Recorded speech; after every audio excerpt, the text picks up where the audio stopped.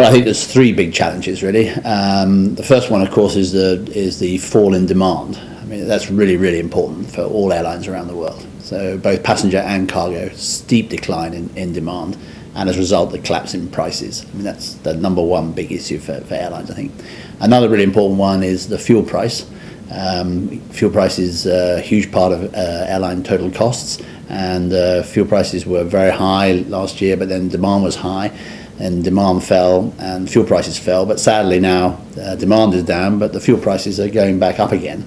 So that's a real concern for the airlines, and it's a huge bill and a big problem. And I think a long-term problem for the airlines, a third one, it really is all the environmental issues. I mean, a lot of people are very concerned about the environment, quite naturally, and aviation is a large producer of greenhouse gases. I mean, obviously aviation is a fantastic force for good in the world, but a lot of concern by the environmentalists, and that's putting pressure on airlines in lots of ways.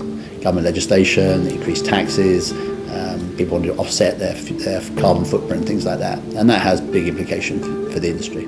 Well, I think for the in one by one, I mean, for the demand side, obviously a lot of good fares in the marketplace to stimulate demand. I mean, that's great for the customer, and it fills up the aeroplanes, but it doesn't make a profit for the airlines. So you see a lot of airlines in a lot of financial problems because even though they're operating full aircraft, still they're not getting enough money in. The other way that airlines are responding to that is to cut capacity. If you can't make money on a route, then you need to reduce the capacity. You can't continue to operate aircraft when you're losing money. On the fuel side, lots of people have done a lot of work on hedging.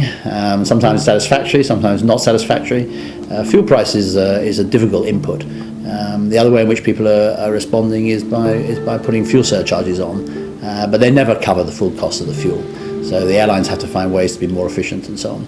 And the environmental side, I think this is a long-term industry issue, and we're working our way through it. We break the aviation industry up into two parts, if you like. Those parts which are common to the industry.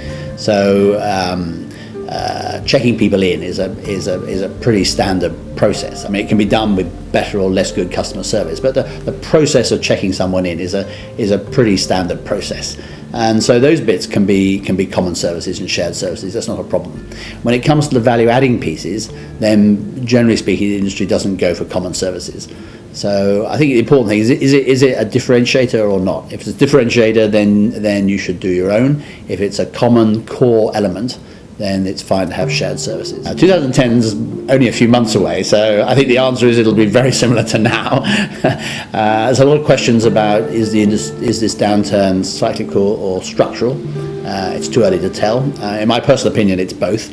I mean, it's partly cyclical and partly structural. So 2010, I think, will be pretty similar to 2009. Demand depressed, fuel prices high, environmental lobby around, many things much the same. If you look further into the future, I think it's very hard to tell what's going to happen. If you listen to the various pundits, they talk about consolidation, about airlines going out of business.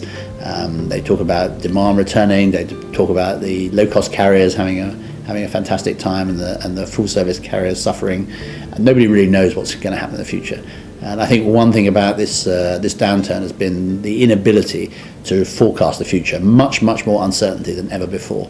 And so really looking into the future, it's a big question, and most companies in the world, whichever sector they're in, spending a lot of time thinking about what will the future be like and how best to respond.